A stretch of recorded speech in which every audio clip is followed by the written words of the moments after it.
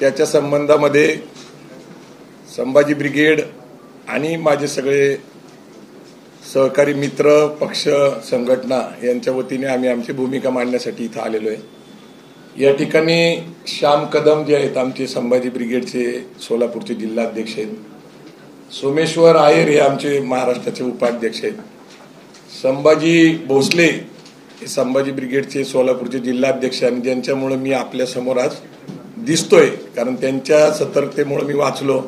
आमच्या ताई आहेत, सगळ्या महिला आघाडीच्या आहेत। मला प्रथम असं वाटतं की संभाजी भोसले यांनी अक्कलकोट पोलीस स्टेशनला आपली कंप्लेंट नोंदवलेली आहे आणि ते खास सोलापूरवरनं निघालेले आहेत आणि इथं आलेले आहेत। तर त्यांची अशी इच्छा आहे की जे काही घटना घडली आहे किंवा जे काही परिस्थिती तिथं नक्की होती त्याच्याबद्दल संभाजी भोसले स्वतः तिथं प्रत्यक्षदर्शी आहे, त्यांच्या पण अंगावर ते काळं वंगण तेल जे विषारी तेल टाकलं ते आणि आमचे 4-5 कार्यकर्ते जे सोलापूरहून आलेत ते त्याचे विक्टीम आहेत। तर मला वाटतं पहिलं संभाजी बोलल आणि मग मी माझं विस्ताराने बोलल।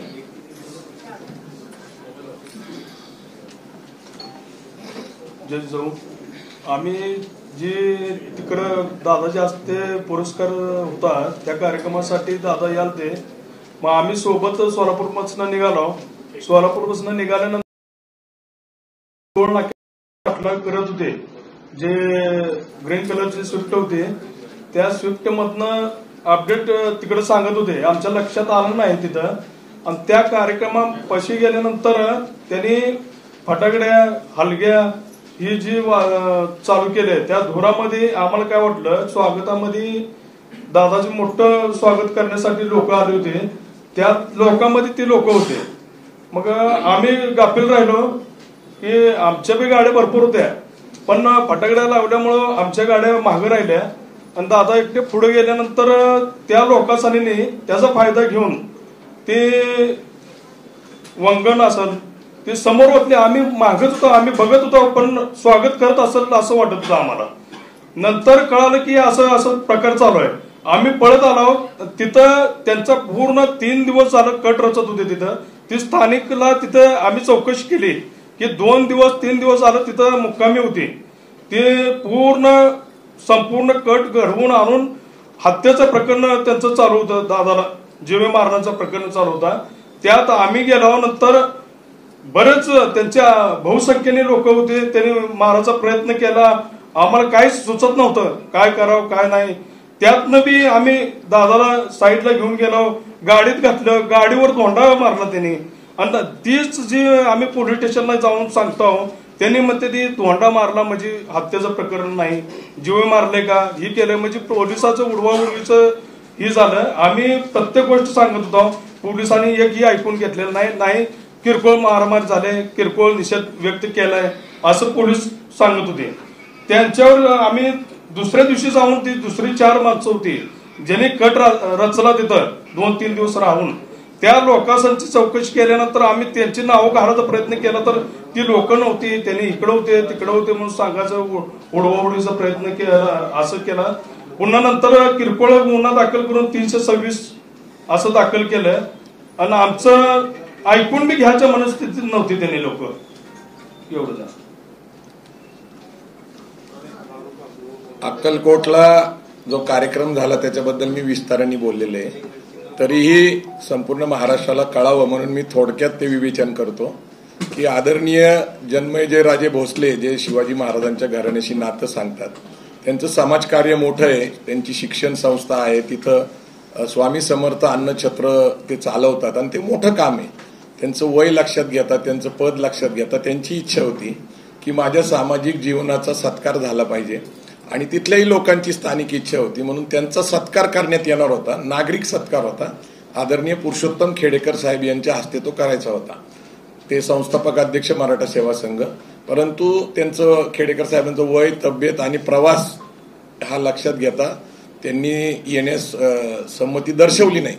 मग सकल मराठा समाजाच्या लोकांनी संभाजी ब्रिगेडचे प्रदेशाध्यक्ष माझं स्वतःचं नाव घेऊन त्यांना महाराजांना सांगितलं की आपण यांना बोलवलं पाहिजे. महाराजांचे माझे जुने संबंध आहेत, स्नेही आहोत आम्ही.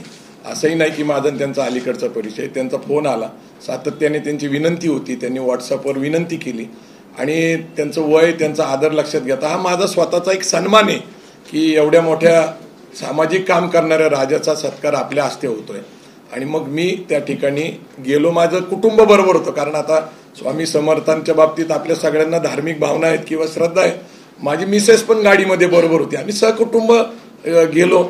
जासपर्यंत कुठलीही कल्पना नाही आणि तिथं अचानक जे माझ्यावर वंगन तेल टाकलं, ते विषारी तेल टाकलं. नंतर आता ते परीक्षणासाठी गेले, कारण यांच्या कपड्यावर, माझ्या कपड्यावर ते सगळं. आता त्यानंतर सुरक्षितेसाठी मला गाडीत परत नेण्यात आलं. तिथंही त्यांनी, म्हणजे दीपक काटे हे जे गुन्हेगार आहेत त्यांनी माझ्यावर हल्ला केला आणि मग त्याच्यात कसं तरी आमच्या कार्यकर्त्यांनी सावरलं. आम्ही परत त्या ठिकाणी गेलो, पण जन्मेजय भोसलेंचा सत्कार झाला, तिथं कुठलाही निषेध नोंदवला गेला नाही. कार्यक्रम संपला तरी त्यांच्याकडून, आयोजकांकडून कुठलीही पोलीस कंप्लेंट नोंदवली गेली नाही. आणि या परिस्थितीमध्ये तिथं आम्ही 4-5 तास होतो. मग आम्ही सोलापूरला पण दुसरी गोष्ट अशी आहे की ही घटना घडत असताना भारतीय जनता पार्टीच्या PR एजन्सीने संपूर्ण व्हिडिओ रेकॉर्डिंग करून बातमी व्हायरल केली. याचा अर्थ काय घ्यायचा? आता सगळ्यात महत्वाचा मुद्दा जे आहे ते सगळं माहितीये, मी तुमच्या पुढे जिवंत आहे, ही समाजाची जे माझ्यावर प्रेम आहे, विश्वास आहे. आता महत्वाचा मुद्दा असा आहे की माझ्याकडे एक मुद्दा असा आहे की दीपक काटे यांचं क्रिमिनल बॅकग्राऊंड आहे. आता हे क्रिमिनल बॅकग्राऊंड स्वतःच्या भावाच्या खुनापासून त्यांनी शिक्षा भोगलेली आहे. जवळपास त्यांच्यावर खंडणीपासून अनेक गंभीर गुन्हे. तरीही त्यांना भारतीय जनता पार्टीच्या युवा मोर्चाचं सरचिटणीस पद दिलेलं आहे. आणि मुख्यतः बावनकुळे हे प्रदेशाध्यक्ष असताना सातत्याने त्यांच्याबरोबर दीपक काटे दिसलेले आहेत. पण एक मुद्दा असा आहे अलीकडचा, जो 2025 या वर्षाचा आहे. त्यांच्याकडे 2 पिस्तूल आणि 28 काडतूस सापडल्यानंतर त्यांना अटक झाली. आणि अटक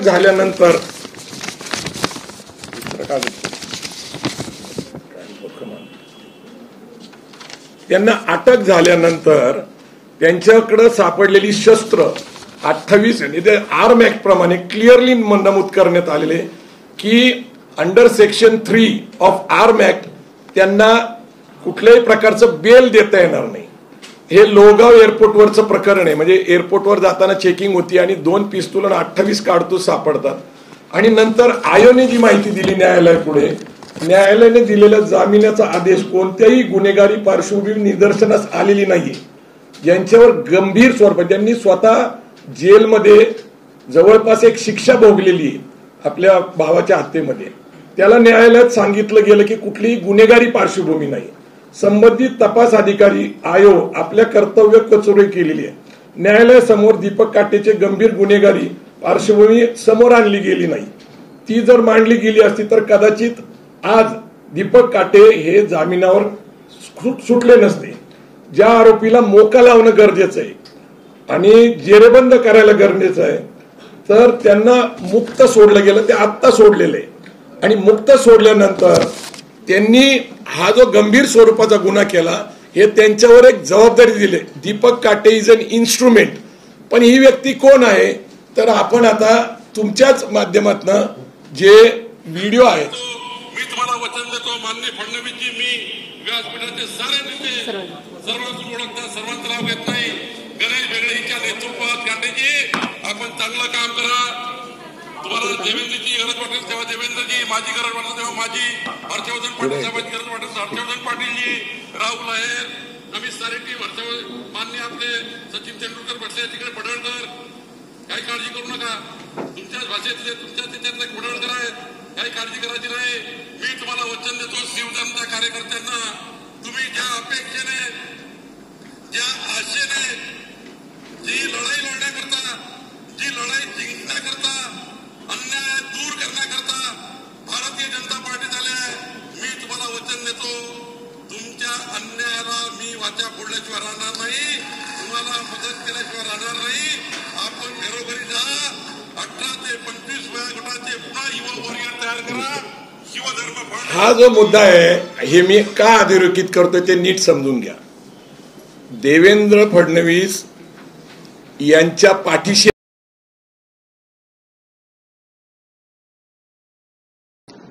आजचे मुख्यमंत्री आहेत आणि कायदा सुव्यवस्थेची त्यांच्यावर जबाबदारी आहे, न्याय विधी खातं त्यांच्याकडे. आता हा दुसरा व्हिडिओ जो समाज माध्यमामध्ये कालच आवाज करू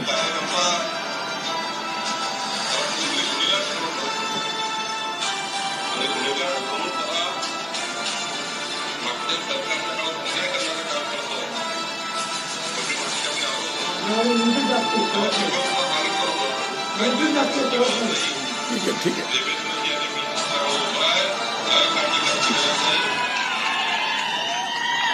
या व्हिडिओमध्ये स्वतः बावनकुळे काय म्हणतात ते महत्वाचे.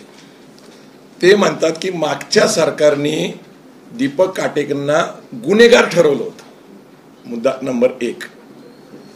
तर त्यांना ते म्हणतात की मला तुमचा गर्व आहे आणि तुम्ही आता काम करा, तुमच्यावर जबाबदारी दिली जाईल, तुम्ही घाबरू नका, तुमच्या मागं देवेंद्र भाऊ आणि बावनकुळे स्वतः म्हणतात मी तुमच्या पाठीशी आहे.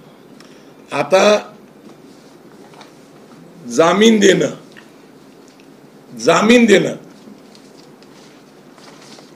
हे मी जे तुम्हाला दाखवतोय हे माझ्याकडे त्यांचा एफआर आहे.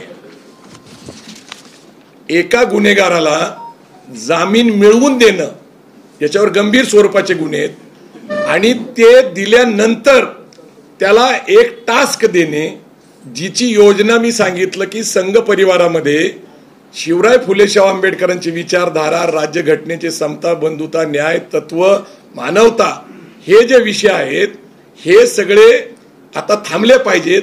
राजकीय दृष्ट्या या सामाजिक संघटना ज्या आहेत त्याच्यामध्ये बामसेफ असेल, बहुजन समाजाच्या अनेक संघटना, त्यापैकी वंचित बहुजन आघाडीचा एक विषय आहे, मराठा सेवा संघ, संभाजी ब्रिगेड. तर गेल्या महिन्यामध्ये अशी मीटिंग झाली होती की यांचा बंदोबस्त केला पाहिजे. मी जे सांगतोय ही न्यायालयाने दिलेली एफआर आहे. आता खरं तर त्यांना आर्म ऍक्ट प्रमाणे जामीन मिळूच शकत नाही, मग जामीन दिला कोणी? आणि ज्या अर्थी स्वतः दीपक काटे हे प्रदेशाध्यक्ष बावनकुळेंना गॉडफादर म्हणतात, त्यांचं संभाषण व्हायरल झालेलं आहे, गॉडफादर म्हणतात. आता गॉडफादर आहेत आणि गॉडफादर म्हणतात की तुम्ही काही करा, तुमच्या मागं देवेंद्र फडणवीस आहेत आणि मी स्वतः आहे आणि मला जीवे मारण्याची मी तुम्हाला सांगतो, मला भारतीय जनता पार्टीच्या कार्यकर्त्यांबद्दल प्रचंड आदर आहे, RSSच्या कार्यकर्त्यांबद्दल प्रचंड आदर आहे, कारण आमची त्यांची वैचारिक लढाई आहे. तशी पार्श्वभूमी जर कुणाची असेल वैचारिक लढाईची तर आम्ही त्यांच्याबरोबर चर्चा करायला तयार आहे. आता मला सांगा, एक षडयंत्राचा भाग मागच्या काही महिन्यापासून ते अशी मागणी करतायत सातत्याने की संभाजी ब्रिगेड हा एकेरी उल्लेख असल्यामुळं संभाजी महाराजांचा अपमान होतो. त्यांनी माझ्याशी फोनवर संपर्क साधला तर मी त्यांना कायदेशीर मर्यादा अशा आहेत की ही संघटना, आपल्या धर्मदाय आयुक्त हे जज असतात, लक्षात ठेवा, ही काही साधी व्यक्ती नसती. तिथं आपल्याला प्रक्रिया करावी लागते, त्याला जनरल बॉडी घ्यायला लागती, सगळ्यांचा ठराव घ्यावा लागतो आणि मग ती नियमितपणे आपण अर्ज करणं, ते लगेचच होतं असं नाही. पण जसं आम्ही ही प्रक्रिया सुरू केली तसं असं लक्षात आलं की 10 वर्षापूर्वी मुंबईमध्ये छत्रपती संभाजी ब्रिगेड ही सचिन कांबळे एक सहकारी आमचे पूर्वीचे, त्यांनी रजिस्टर केली आणि त्यांचं काम चालू आहे. त्याचे ऑडिट रिपोर्ट असतात, वार्षिक अहवाल असतात आणि त्यांची संघटना आणि आमची संघटना याच्यामध्ये छत्रपती शब्दाचा अंतर आहे. पण आता तो छत्रपती शब्द परत आम्हाला मिळवायचा असेल तर एक तर सचिन कांबळेंनी संमती दिली पाहिजे आणि त्यांची संघटना थांबवायला लागेल किंवा त्यांना आम्हाला सहकार्य करून घ्यावं लागेल. तर आता वेगवेगळे विचार असतात, परंतु याच्या मर्यादा मी त्यांना सांगितल्या. उदाहरणासाठी मी त्यांना सांगितलं की डॉक्टर अमोल कोल्हे आणि आम्ही एक सिरियल निर्माण केली होती, स्वराज्य रक्षक संभाजी. त्यावेळेसही एकेरी उल्लेख, छत्रपती नाव असलं पाहिजे असे अनेक लोकांनी मागण्या केल्या होत्या, धमक्या पण दिल्या होत्या. तर आम्ही त्यांना समजून सांगितलं की सेन्सर बोर्डाकडं 20 सिरियल आणि चित्रपट रेजिस्टर्ड आहेत. आता सध्या इतिहास काळातले अनेक चित्रपट आहेत, तुम्ही बघितलं छावा चित्रपट आला होता. तर अशा रेजिस्टर केलेल्या असल्यामुळे त्या लेखक, डायरेक्टर आणि प्रोड्युसरच्या परवानगीशिवाय आम्हाला ते नाव वापरता येत नाही. आम्ही त्यांच्याशी व्यवस्थित चर्चा केली, तो विषय संपला. मधल्या काळामध्ये कोल्हापूरचं एक उदाहरण घेता येईल, शिवाजी विद्यापीठ. तर शिवाजी विद्यापीठ जे आहे याच्यासाठी समिती नेमली होती, त्यातले डॉक्टर जयसिंगराव पवारांनी भूमिका घेतली की त्यावेळेस शिवाजी विद्यापीठ नाव का कायम झालं, इतिहासातला दाखला देऊन छत्रपती शिवाजी महाराज विद्यापीठ नाव हे मागं विषय पडला. हे मी त्यांच्याशी व्यवस्थित बोललो, त्यांनी ते मान्यही केलं. आणि मी तिथं ज्यावेळेस त्यांनी काळं फासलं, त्यांनी सांगितलं, त्यावेळेस मी हात जोडून त्यांना सांगितलं की संभाजी महाराजांबद्दल आम्हाला आदर आहे, त्यांचा खरा इतिहास आम्ही पुढे आणलेला आहे, अनेक पुस्तकं लिहिलेत, त्यांच्यावर जे बदफैली, दारू पिणारे, बायकांवर असे जे पण आरोप होते आम्ही पुराव्यानिशी इतिहासातल्या संदर्भाने खोडून टाकले. संभाजी महाराज हे संस्कृतचे पंडित होते, बुद्धभूषण हे त्यांनी पुस्तक लिहिलं होतं, ते आम्ही प्रकाशित केलेलं आहे. पण त्यांच्याशी संवाद व्यवस्थित झालेला होता आणि तो संवाद चालू होता, परंतु एक कार्यक्रम त्याला देण्यात आला होता. कारण राजकीय दृष्ट्या आमची जी विचारधारा पुरोगामी आहे ही त्यांना घातक वाटती. बहुमत मिळण्यासाठी सातत्याने 2014 पासून भारतीय जनता पार्टी ही बहुमतासाठी प्रयत्न करते. 2 पक्ष फोडलेले आहेत त्यांनी, टक्केवारी कमी पडत असल्यामुळे एकनाथ शिंदे, अजित पवारांना घेऊन त्यांनी आता सत्ता स्थापन करून एक अनैसर्गिक सत्ता याच्यासाठी म्हणतो, पुरोगामी आणि प्रतिगामी हे एकत्र येऊन सत्ता स्थापन करतात. आता प्रश्न पुरोगामी ज्यांनी पाठिंबा दिला त्यांना आहे की पुरोगामी विचाराच्या कार्यकर्त्यावर हल्ला झालाय, आता अजितदादा आणि राष्ट्रवादी काँग्रेस पक्ष काय भूमिका घेणार हा आम्ही प्रश्न त्यांच्यावर सोडतो. त्यांच्यावर आमचं काही चाललेलं नाहीये. मला हा विषय राजकीय करायचा नाहीये. दाभोळकरांची हत्या झाली, त्यांचा मास्टर माइंड आणि त्यांच्यावर जे काय हल्ले झाले ते पण गुन्हेगारच होते. ही पुण्यातली घटना आहे. त्याच्यानंतर कोल्हापूरला कॉम्रेड पानसरे असतील, कर्नाटकमध्ये गौरी लंकेश असेल किंवा कलबुर्गी असतील, हे लेखक विचारवंत होते. गेल्याच काही दिवसापूर्वी फॉस्कोचा कायदा पारित झाला अर्बन नॅक्सलाइटसाठी. अशा संघटना, असे नेते, अशा प्रकारचे कृत्य करणारे काही लोक म्हणतात की डाव्या चळवळीसाठी तो कायदा आहे. हा कायदा गरजेचा होता का? इंडियन पिनल कोडच्या प्रमाणे अत्यंत सक्षम कायदे असताना हे असे कायदे केले जातात.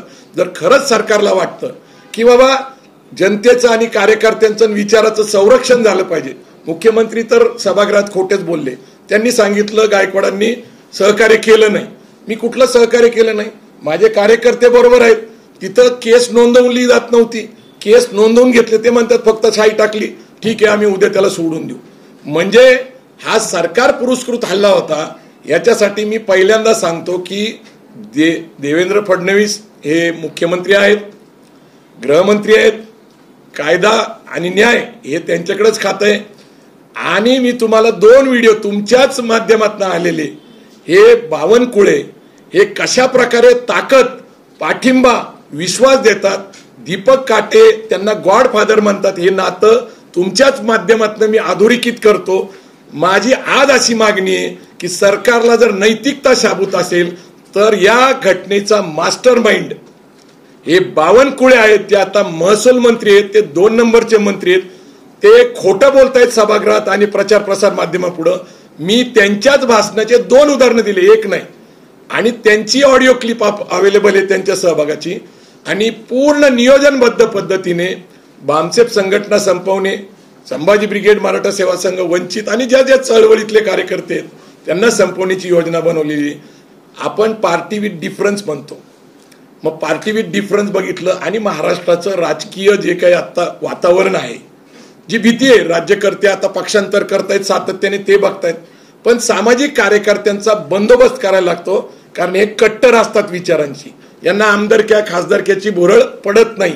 मग यांना काय करायचं तर त्यांना संपवायला लागतं. म्हणून मी एवढंच शेवटचं सांगणार आहे की महात्मा फुलेंच्यावर मारेकरी घातले, शाहू महाराजांवर घातले, बाबासाहेब आंबेडकरांवर घातले. हा यांचा वारसा आहे मारेकरी घालण्याचा, ते गांधी हत्यापर्यंत.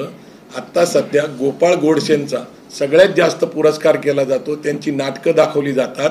सावरकरांचा ते विषय मांडतात. सावरकरांचं अर्ध आयुष्य स्वातंत्र्याचं आणि त्याच्यानंतर त्याच्याबद्दल वाद आहे, मी त्याच्याबद्दल बोलणार नाही. परंतु जी मानसिकता आहे, जी विकृती आहे, आणि इथं एक लक्षात घ्या, लोकशाहीमध्ये अनेक विचार पक्ष संघटना एकत्र काम करतात, याला लोकशाही म्हणतात. एक पक्ष, एक संघटना, एक विचार, 100% भाजप याचा आडसर आम्ही आहे. म्हणून त्यांच्या विचाराच्या आड येत असताना मला एवढंच सांगायचंय, हा माझ्यावर प्रवीण गायकवाड म्हणून व्यक्तिगत हल्ला नाहीये, संभाजी ब्रिगेड म्हणून हल्ला नाहीये, हा हल्ला एका विचारावर आहे असं माझं स्वतःचा अनुभव आणि मत आहे. आणि खुनी हल्ला होता, मला मारण्याचा प्रयत्न झाला होता हे निश्चित आहे, परंतु गुन्हेगारांना शिक्षा करतील, मोका लावतील असं मला वाटत नाही. कारण सरकार पुरस्कृतच असल्यामुळं आज उद्या तो गुन्हेगार परत बाहेर सुटणार आहे. तो बेलवर आहे, बेलवर असल्यामुळं धोका अधिक येतो. परत बाहेर पडला तर आज मी नाही तर उद्या कदाचित खेडेकर साहेब असतील, कारण त्यांच्या टार्गेटवर आहेत. प्रकाश आंबेडकर साहेब आहेत, त्याच्यानंतर वामन मिश्राम साहेब आहे, तपास अधिकारी ढाकणे हा बावनकुळे यांचा नातेवाईक आहे अशी माहिती आता आलेली आहे, तपास अधिकारी जो आहे. तर हे सगळं प्री प्लॅन्ड आहे. म्हणजे जो दीपक काटे यांना जे आता जामीन मिळालेली, तो आयोग जो आहे ज्याच्याबद्दल मी बोलतोय, तर योजनाबद्ध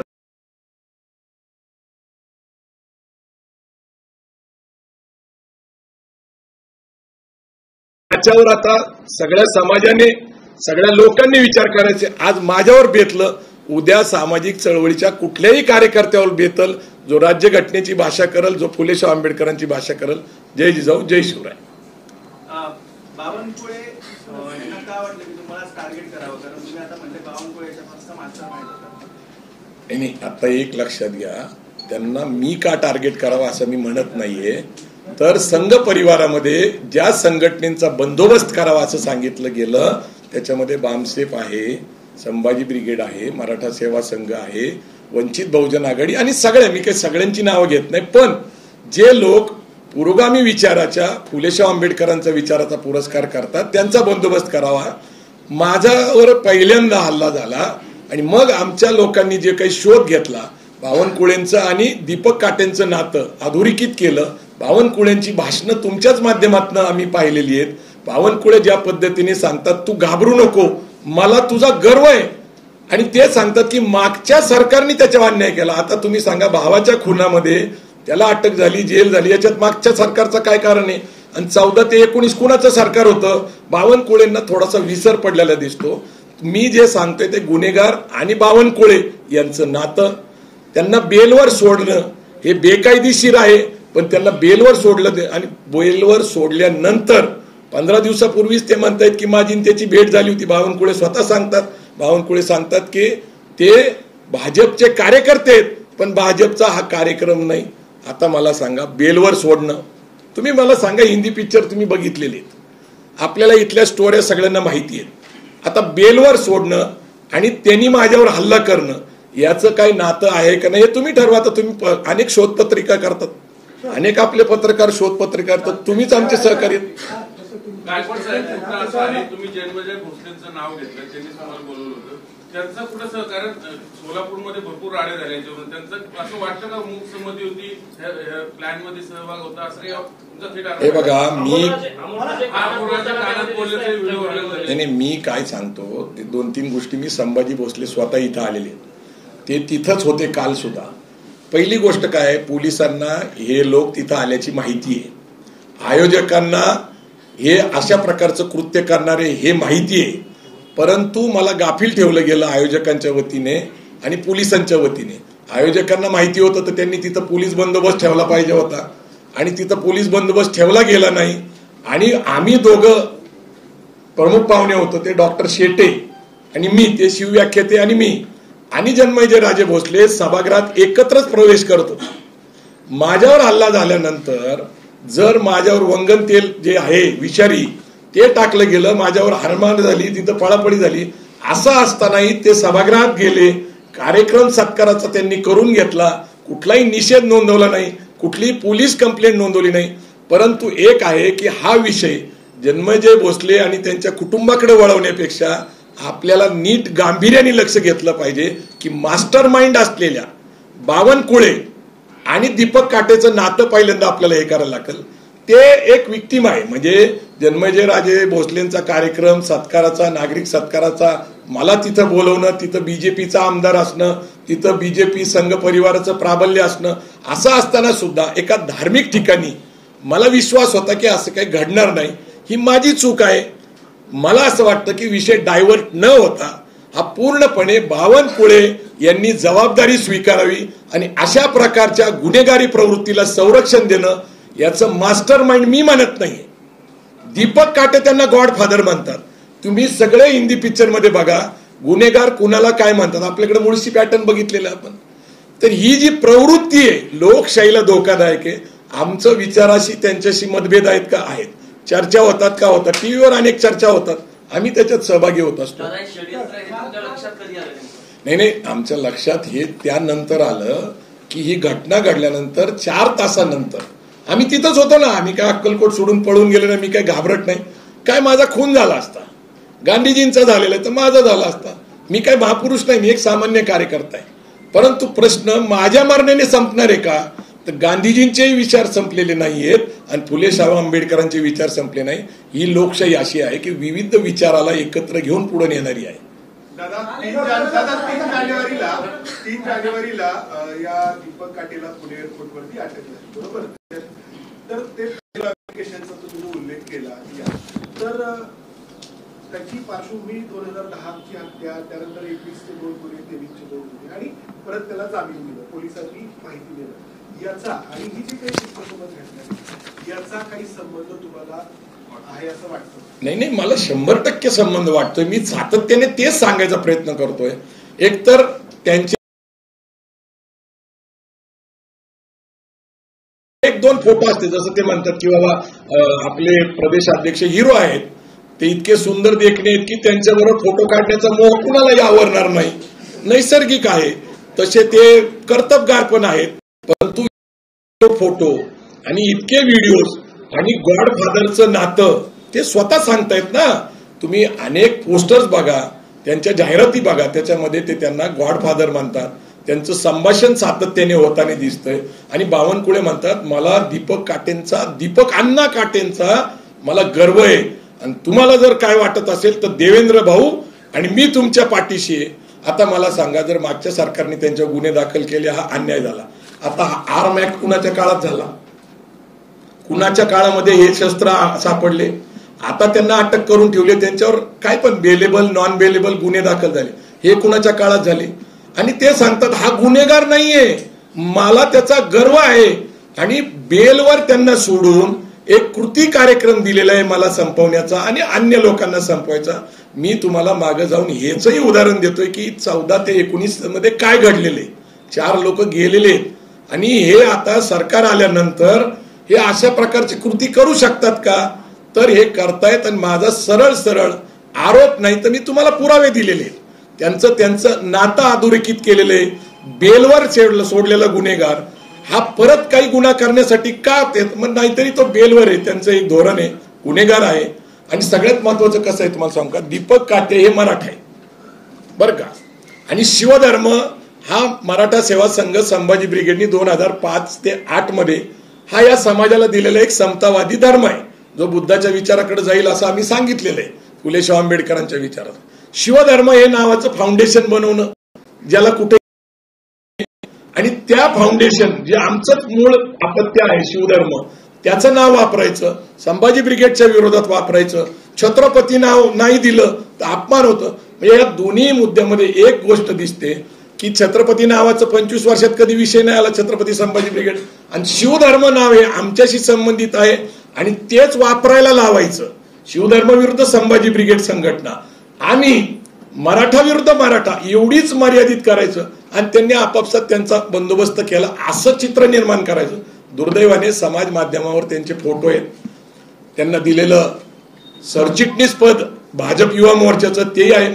मला पार्टी विथ डिफरन्स म्हणून म्हणणाऱ्या ज्या संघ कार्यकर्ते, भाजपचे कार्यकर्ते, त्यांना काहीतरी वाटतंय का नाही की ज्या प्रकारचं सरकार आणि राज्य आलेलं आहे आणि एवढ्या संघर्षाने हे सत्ता आलेली आहे, त्यांना मात्र काही आणि विश्वास संघाने आणि भाजपने मागच्या काळात विरोधक असताना मिळवली होती ती आता पूर्ण धुळीला मिळवली आहे. संभाजी ब्रिगेडचं जाऊ द्या हो, भाजपच्या आणि संघाच्या कार्यकर्त्यांना तरी हे बरोबर वाटतं का, योग्य वाटतं का, हा माझा प्रश्न आहे. तुम्ही दुसरा एक उल्लेख या प्रेस नोट मध्ये केलाय की राष्ट्रीय स्वयंसेवक संघाची नागपूरमध्ये एक बैठक झाली, त्यामध्ये पुरोगामी संघटनांचा बंदोबस्त करायचं ठरलं, तर त्याबद्दल सांगा काय झालं. तुम्हाला सांगू का की बामसेफ संघटनेने, भारत मुक्ती मोर्चाने मागील काही महिन्यापूर्वी संघाला 100 वर्ष पूर्ण होत असताना संघाचं जे कार्यालय नागपूरला महाल परिसरामध्ये जवळपास देशभरातनं 1.5-2 लाख लोक आले होते. दिवसभर त्यांनी त्याला घेरावा घातला होता संघाच्या कार्यालयात आणि निदर्शनं केली होती. ही बातमी देशभर गेली होती. ही देशभर बातमी गेल्यामुळं संघाच्या पातळीवर एक चर्चा झाली की आपल्या मुख्यालयापर्यंत हे लोक पोहोचलेले आहेत, इथं येऊन आपली बदनामी करतात म्हणा किंवा आपल्याबद्दल घोषणा देतात. अशा परिस्थितीमध्ये नैसर्गिक आहे की या संघटनेचा बंदोबस्त केला पाहिजे. जसं तुम्हाला माहिती आहे की सगळ्याकडं कुठेही गेला तरी सगळ्यांची स्वतःची एक गुप्तहेर सारखी यंत्रणा असतात. काही लोक आमच्यावर व्यक्तिगत पातळीवर प्रेम करतात, मग कुणी समाज म्हणून करतो, विचार म्हणून करतं किंवा जात म्हणून करतो. तर जातीसाठी काही लोक माती खातात. त्यांनी मला कळवलं गेल्या महिन्यामध्ये जी मीटिंग झाली त्याच्यामध्ये संभाजी ब्रिगेड, भामसेठ संघटना, भारत मुक्ती मोर्चा, मराठा सेवा संघ, वंचित बहुजन आघाडी यांच्याबद्दल चर्चा झाली आणि बंदोबस्त करायचा. आता ही चर्चा झाली, ही खरं मानायचं तर हे अक्कलकोटचं प्रकरण आहे जिथं संघाचं प्राबल्य आहे. संघाचं प्राबल्य असलेल्या ठिकाणीच तुम्ही माहिती घेऊ शकता. अशा ठिकाणीच हल्ला होतो नियोजनबद्ध योजनाबद्ध. याचा संदर्भ मी काही वकील नाही, इन्व्हेस्टिगेशन ऑफिसर नाहीये, परंतु माझ्याबरोबर माझे वकील ऍडव्होकेट समीर गाडगे आलेले. त्यांनी जी अभ्यास केला त्या अभ्यासाअंती बावनकुळेंचा गॉडफादर आणि त्यांना गर्व असलेला कार्यकर्ता दीपक काटे याचं नातं स्पष्ट झालं. आणि संघाचं गेल्या महिन्यामध्ये मला मिळालेली माहिती आणि अक्कलकोटवर मध्ये झालेला माझा हल्ला. आता तुम्ही लोक ठरवू शकता याच्यात सत्यता काय, जनतेने ठरवायचंय. मला असं वाटतं लोकशाही मार्ग आहे. जसं मागं मराठा क्रांती मोर्चे निघाले होते, मूक मोर्चे होते, शांततेचे मोर्चे होते, ते ज्या कारणासाठी होते ते एक श्रद्धाताई जी आहे तिच्यावर बलात्काराने हत्या झाली होती, एवढी सहानुभूती होती, 2.5 कोटी लोक रस्त्यावर आले होते. मी सामाजिक जीवनात 30 वर्ष आहे, माझ्या जीवितावर बेतलं होतं. आज मी तुमच्या पुढे जिवंत आहे कारण हे आमचे कार्यकर्ते संभाजी भोसले आणि सोलापूर जिल्ह्यातले कार्यकर्ते. पण अशी प्रवृत्ती बाळवायची का ज्याच्यामुळे या देशातल्या लोकशाहीला राज्यघटनेला धोका आहे. मी आता राजकारणावर बोलणं बरोबर नाहीये, परंतु काय आहे की राहुल गांधी सातत्याने सांगतायत की महाराष्ट्राची इलेक्शन कशी खेळली गेली, कशी जिंकली गेली, कशी सत्ता आली. ऍडव्होकेट प्रकाश आंबेडकर कोर्टात गेले, तेही सांगतायत काय घडलेले. तर सगळी वस्तुस्थिती तुम्हाला सगळी माहिती आहे. तुम्ही सगळे पत्रकार मित्र आहेत, समाज जागृत आहे. महाराष्ट्र अस्वस्थ आहे का, तर अस्वस्थ आहे. पण एक निश्चित सांगतो मी तुम्हाला, माझ्या पूर्वी सुद्धा अनेक घटना, म्हणजे या देशामध्ये गृहमंत्री असलेल्या माणसाला जेलमध्ये टाकलं जातं, जेलमध्ये टाकलं जातं. मग हत्येचा कट रचणं आणि हत्यासाठी पाठवलेल्या माणसाचं नातं अधोरेखित झाल्यानंतर बावनकुळे मास्टर माइंड आहे हे म्हणण्यास संधी आहे असं माझं मत आहे.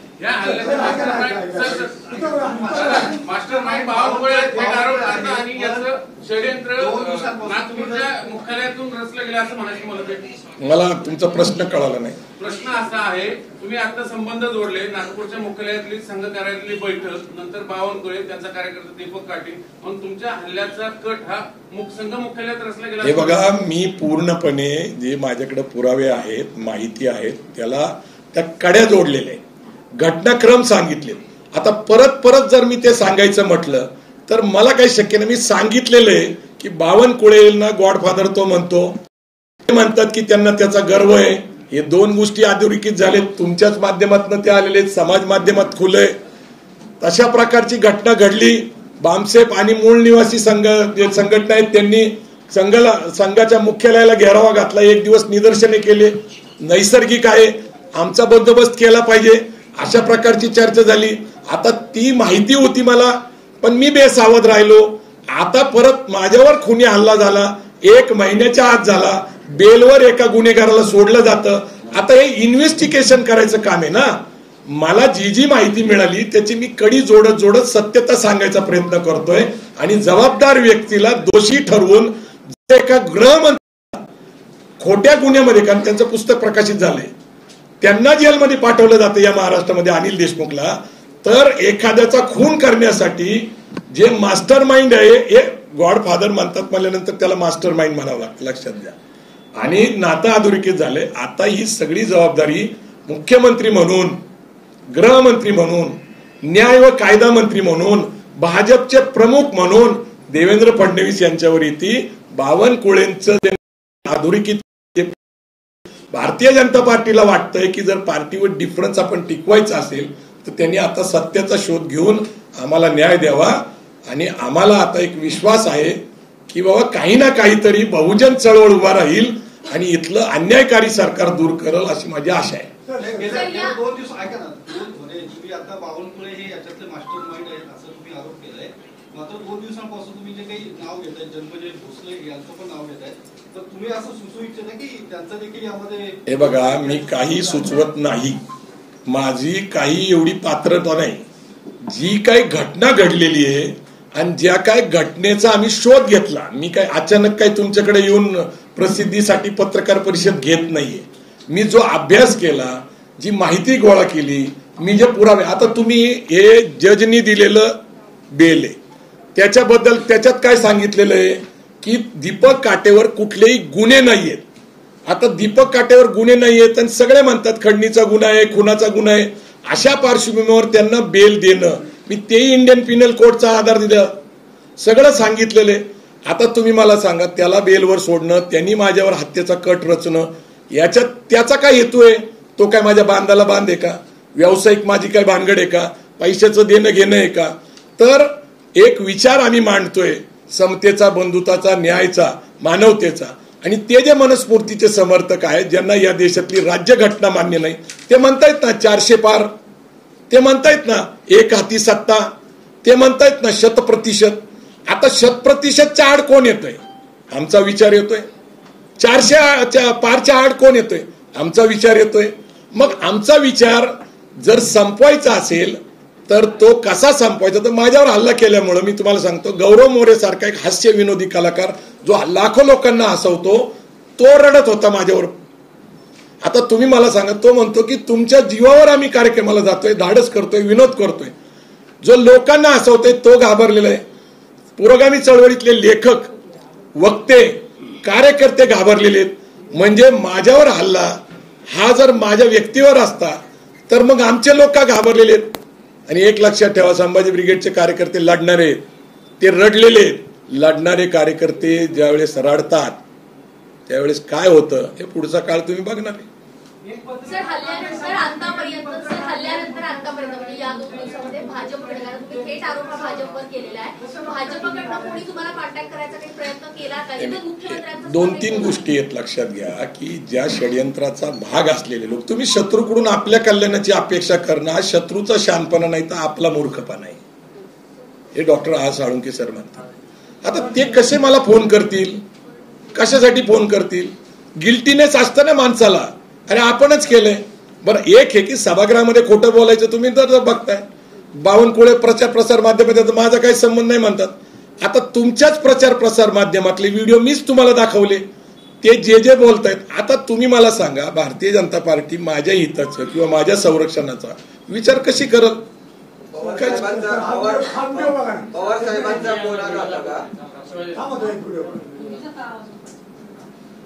आमची ही भूमिका इथे कायद्याचं राज्य आणि त्याच्यामुळे प्रवीण गायकवाडांनी स्वामी समर्थांच्या विषयी जे काही अनुचित उद्गार काढलेले आहेत त्या अनुचित उद्गाराला एक उत्तर द्यायचं म्हणून काही कार्यकर्त्यांनी त्या प्रकारचं शाई फेकण्याचं त्या ठिकाणी काम केलं आणि त्याच्यावर सुद्धा आम्ही कारवाई केलेली आहे. आणि त्यामुळे नाही, मुद्दा असा आहे की मी माझ्या पत्नी सहित, कुटुंबासहित तिथं गेलो होतो. माझी पत्नी धार्मिक आहे, महिला धार्मिक असतात. अन्नछत्र मंडळात जायचं होतं, स्वामी समर्थांचं दर्शन घ्यायचं होतं. हा, संभाजी ब्रिगेडच्या काही कार्यकर्त्यांनी किंवा लेखकांनी मांडणी केलेली आहे, काही त्यांची मतं आहेत. प्रश्न असा आहे की आम्ही ज्यावेळेस सहकुटुंब जातो, आम्हाला एका विश्वासाने बोलवलं जातं. त्या अक्कलकोट स्वामीचं समर्थ मंडळ जे आहे त्याचं अन्नछत्र चालवतात. तुम्ही जे दाखवताय, तुम्ही मला सांगा, मी जर स्वामी समर्थांच्या विरोधात बोललो असतो किंवा त्यांचा अपमान केला असता तर मला त्याच संस्थांचे प्रमुख मला निमंत्रित का करतात? ऐका एक मिनिट, ते का बोलवतात? त्यांना माझ्या हातून सत्कार करून घेण्याची इच्छा का होती? जर स्वामी समर्थांची बदनामी करत होतो, काही करतो, हा एक निश्चित आहे की ज्ञानेश महाराव यांना आम्ही संविधानावर बोलायला सांगितलं होतं, त्यावेळेस काही गोष्टी त्यांनी सांगितल्या, त्याच्याबद्दल त्यांच्यावर 9 गुन्हे दाखल झाले, त्यांनी त्याच्याबद्दल माफी पण मागितली. आता प्रत्येक माणसाची तर मी डोकं चालू शकत नाही, प्रत्येकाच्या भूमिका आहेत, प्रत्येकाचे अनुभव आहेत. आता तुम्ही मला सांगा, तुम्ही जे सांगा त्यांना एक तर कळलं पाहिजे जे बोलतायत त्यांना, की अक्कलकोटला मला सन्मानाने बोलवलेले, वडून नाही नेलेलं, आणि माझ्या हस्ते तिथल्या प्रमुखाचा सत्कार आहे. ठीक आहे, आता कुठं त्या कॉन्फरन्स तुम्ही पोलीस मध्ये जा. मला असं वाटतं की मी जे सांगायचं ते पुरेसं सांगितलेले. हा पूर्ण कट रचण्यामध्ये भारतीय जनता पार्टीचा सहभाग आहे. मी अनेक गोष्टी खुलासे करू शकतो, पण टप्प्याटप्प्याने आपल्याला पुढे जायला पाहिजे. बावनकुळे काल जे म्हटले माझा काही संबंध नाही, म्हणून मला हे प्रेस घेऊन पुरावे द्यावा लागले. या प्रेसमध्ये मी बेल वॉरंट जे आहे ते बेल दिलेली आहे, ती बेकायदेशीर आहे. ज्या माणसाला मोका लागून समाजाच्या सुरक्षितेसाठी जेलमध्ये ठेवलं पाहिजे त्याला मुक्त सोडून माझ्यावर सोडलं, आणि मी तुम्हाला सगळे पुरावे दिले. आता जन्मेजयराजे भोसले असतील, आयोजक असतील, याच्याबद्दल मला बोलण्याची इच्छा नाहीये. तुम्ही काय करता, तो मुद्दा डायव्हर्ट करून टाकता. मुद्दा देश टिकला पाहिजे, हे राज्य टिकलं पाहिजे, राज्यघटना टिकली पाहिजे, विचार टिकले पाहिजे, समता टिकली पाहिजे, हा त्याचा संघर्ष आहे. ते ठीक आहे. आता दीपक काटे इन्स्ट्रुमेंट झाले, त्यांना वापरलं, कदाचित त्यांना वाल्याचा वाल्मिकी होऊ शकतो. मी तुम्हाला सांगतो की महात्मा फुलेंची हत्या करणारे त्यांच्यानंतर बॉडीगार्ड झालेले. आता उपरती होती, आता सत्य कळण्यासाठी काही काळ जावा लागेल, पण जे मास्टर माइंड आहे ते मात्र मी तुम्हाला पुराव्यानिशी सांगायचा प्रयत्न केलेला आहे. सरकारने त्याचा निर्णय घ्यावा. व्यवस्थित काम करत नाहीये किंवा पोलिसांनी पण व्यवस्थित प्रतिसाद दिलेला नाही. तुमची आता पुढची पावलं काय असतील? म्हणजे न्यायालयात जाणं की लोकांमध्ये फिरून, समाजामध्ये फिरून आणखी प्रबोधन करणं? नाही, प्रश्न असा आहे, मी सांगितलं की मराठा क्रांती मोर्चे का घडले, ते एक घटना घडलेली आहे. फक्त इथं मी जिवंत आहे, मी मेलो नाही, हाच त्याचा प्रश्न आहे. अशा पार्श्वभूमीवर एक अनैसर्गिक सरकार सत्तेचा फायदा घेऊन, पोलिसांची, न्यायपालिकेची मदत घेऊन, एका गुन्हेगाराला मुक्त सोडून, एका सामाजिक कार्यकर्ता जो शिवराय फुलेशाह आंबेडकरांची विचारधारा मांडतो त्याची हत्या करण्यासाठी पाठवतात. आता हे तुम्ही विचार केलं पाहिजे. हे जनतेचा प्रश्न आहे. जनता ठरवल हे काय करायचं, हे मी नाही ठरवणार, कारण मी काय जगलो काय मेलो काय हा प्रश्न माझा नाहीये. तुम्ही काय, माझं काय होईल, मी काय ठरवणार, मी काही ठरवणार नाहीये. मी समाजातल्या बहुजन समाजाला ज्यांना वाटतं की या देशात लोकशाही टिकली पाहिजे, राज्यघटना त्याचे विचार टिकले पाहिजे, त्यांच्यावर मी सोपवलेलं आहे. बाकी ज्याचा बंदोबस्त करायचा आहे, संभाजी ब्रिगेडच्या कार्यकर्त्यांचा इतिहास आहे, जशाच तसा उत्तर आमच्या पद्धतीने दिलं जाईल. आम्ही गप्प बसणार नाही, आणि ही या सरकारच्या शेवटाची सुरुवात आहे हे नक्की लक्षात घ्या. कारण जी महाराष्ट्रात अस्वस्थता पसरलेली आहे, निदर्शनं होत आहेत, बंद होत आहे, याचं लक्षात घेता लोकांच्या कळालेलं आहे की हे कुठल्या थरापर्यंत जाऊ शकतात. हे मला सांगायचंय. व्यक्तिगत माझी लढाई नाही दीपक काटे विरुद्ध प्रवीण गायकवाड, ही लढाई विचाराची लढाई आहे. आणि खोटं सांगून संभाजी महाराजांचा अपमान करतात हे खरंच नाहीये ना. आणि आम्ही संवादाला तयार होतो ना, आम्ही बोलत होतो ना, त्यातल्या तांत्रिक अडचणी सांगितल्या गेल्या. मुख्य विषय डायव्हर्ट होऊ नये म्हणून परत सांगतो की गॉडफादर हे दीपक काटे कुणाला म्हणतात, बावनकुळे हे आजचे मंत्री, त्यावेळेस प्रदेशाध्यक्षांना म्हणतात. बावनकुळे म्हणतात की मला त्यांचा गर्व आहे, ते गुन्हेगार नाहीये, आणि मी आणि देवेंद्र भाऊ हे आम्ही तुमच्या पाठीशी आहे. मी एक नाही तर तुम्हाला 2 व्हिडिओ दाखवले, अनेक व्हिडिओ उपलब्ध आहे. मी आपला वेळ खर्च करू शकत नाही. अनैसर्गिक विचाराने एक सत्तेत आलेलं सरकार अधिक ताकदवान होण्यासाठी बहुजन समाजाच्या नेत्यांचा बळी देत असेल तर मला असं वाटतं की महाराष्ट्रामध्ये फार विदारक परिस्थिती आहे, विचित्र परिस्थिती आहे. कदाचित महाराष्ट्राचा पुढचा बिहार होईल. आता बिहारी इथं आले अन्न खाण्यासाठी तर त्यांच्याबद्दल आपली तक्रार आहे, पण महाराष्ट्राचा बिहार होतोय याच्याबद्दल कुणालाच जर काय वाटत नसेल, महाराष्ट्रात शांतता असेल तर प्रगती होऊ शकते. मी शेवटचं एवढं सांगतो की मी 2018 पासून बहुजन समाजाला अर्थकरण, उद्योजकता, व्यावसायिकता, जागतिक संधी याच्यामध्ये अहद ऑस्ट्रेलिया, तहत कॅनडा, अवघा मुलूक आपला हे व्याख्यान देतोय. खाजगीकरण जागतिकीकरणानंतर जगभर निर्माण झालेल्या संधीचं दुबई दाखवतोय, जगभर घेऊन जातोय, त्यांचं अर्थकरण करतोय. परवापर्यंत आमच्याकडे माहिती की 52 देशामध्ये 20,000 माझे कार्यकर्ते हे वेगवेगळ्या देशात नोकरी उद्योगासाठी गेलेले आहेत. ही आम्ही एक आर्थिक चळवळ चालवतोय. अशा काळात मध्ये मी बेवस व्हावं होतो. मी संभाजी ब्रिगेड नावाने जरी काम करत असलो तरी तरुणांचं भविष्य घडावं, गुन्हेगारीकडे जाऊ नये, अशा काम करत असताना मी स्वतः बेसावध राहणार, कारण मी कोणावर टीका करत नाही, मी कुठली भूमिका घेत नाहीये. आणि मग अशा काळामध्ये माझ्या ज्यावेळेस हल्ला होतो तर मग परत सुरुवात करावी लागती, नव्याने सुरुवात करावी लागते. या हल्ल्यामध्ये ज्यांच्यावर तुम्ही आरोप करताय त्यांनाही आरोपी करण्यात यावं का? नाही, आता कसं आहे तुम्हाला मी सांगू का की आरोपीला नाही ज्यांनी हल्ला केला. आता तुम्ही म्हणणार की यांनी करावं का त्यांनी करावं का? स्वतः तुम्हाला माहित नसेल, देवेंद्र फडणवीस हे चांगले कायदा तज्ञ आहेत, ते वकील आहेत, त्यांच्याकडे न्याय व विधी खातं आहे. आणि माझ्यापेक्षा एवढ्या शहाण्या माणसाला, माझ्यासारख्या सामान्य कार्यकर्त्याला काय कळतंय त्यातलं? 5 वर्ष ते मागे मुख्यमंत्री होते, नंतर उपमुख्यमंत्री होते, त्यांना सगळं माहिती आहे ना. आणि इंटेलिजन्स खातं आहे ना त्यांच्याकडं. अहो, जिथं पोलीस चौकीमध्ये गुन्हा नोंदवला जात नाही, मी त्याच्यासाठी संभाजी भोसलेंना बोलवले ना, साक्षीदार आहे, असं काही खोटं नाहीये. तर पोलीसच सांगतायत की शाईच फेकली होती, वंगण फेकलंय, ते विषारी आहे, डोळ्यात गेले असते तर डोळे गेले असते. आम्ही वेळेत सावध झालो, पाणी मारलं. माझ्याबरोबर डॉक्टर होते. तुम्हाला माहितीसाठी सांगतो, माझ्या डॉक्टरनी सांगितलं, मी पहिला माणूस बघितला एवढी घटना घडल्यानंतर साधा बीपी वाढला नाही. ज्याचा बीपी वाढत नाही त्याच्याबद्दल विचार करा. चंद्रकांत किती वेळा इशाऱ्यावर बोलणार आहे? अहो, मी आखी सत्ता जाईल सांगतोय, तुम्ही कुठल्या विषयावर बोलताय? मला सांगा, शेवटाची सुरुवात आहे याचा अर्थ समजून घ्या की बहुजन समाजाला जर वाटत असेल आपल्या मुलांचं भविष्य म्हणून बेरोजगारी वाढवायची, मला काही जास्त राजकारणावर बोलायचं नाहीये. पण सध्याची स्थिती कशी आहे की अन्न सुरक्षा योजना ही 60,000 साधारणपणे 80 कोटी लोकांना, 60% लोकांना दिली जाते. अन्नधान्य घरी मिळतंय. शेतकरी सन्मान योजनेत 12,000 घरी मिळतात केंद्र आणि महाराष्ट्राचे. आणि लाडकी बहीण योजनेच्या माध्यमातून महिलांनाही भरपूर पैसे दिले. 60% समाज हा आर्थिक दृष्ट्या दुर्बल असल्यामुळं तो प्रावलंबी झालेला आहे.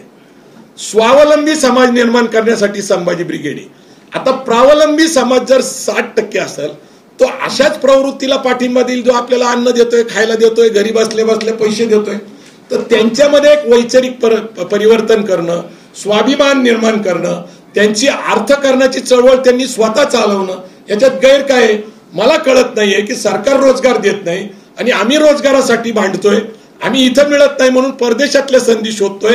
अशा वेळेस मला असं वाटतं की चांगल्या तरुण भविष्य मी बघत असताना त्यांचं भविष्य, बेरोजगार कोण आहे, ज्यांच्याकडे डिग्री आहे पण नोकरी नाहीये, यांच्या भविष्यासाठी आम्ही प्रयत्न करतो. मी तुम्हाला अगदी खात्रीला एक आता नवीन डेव्हलपमेंट सांगतो की BVG भारत विकास ग्रुप यांनी आता आंतरराष्ट्रीय स्तरावर लोक पाठवायचा निर्णय घेतलाय.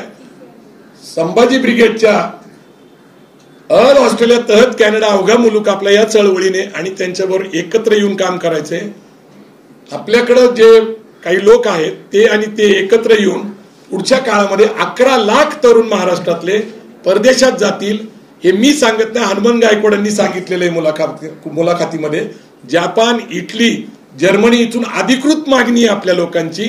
तर ही आमची चळवळ ही चालूच राहणार आहे. पण जर विचाराची लढाईची तयारी असेल तर आमची तयारी आहे. परंतु तुम्ही जर हल्लेच करणार असाल तर त्याला जबाबदार तुम्ही. चला, जय जिजाऊ जय शिवराय.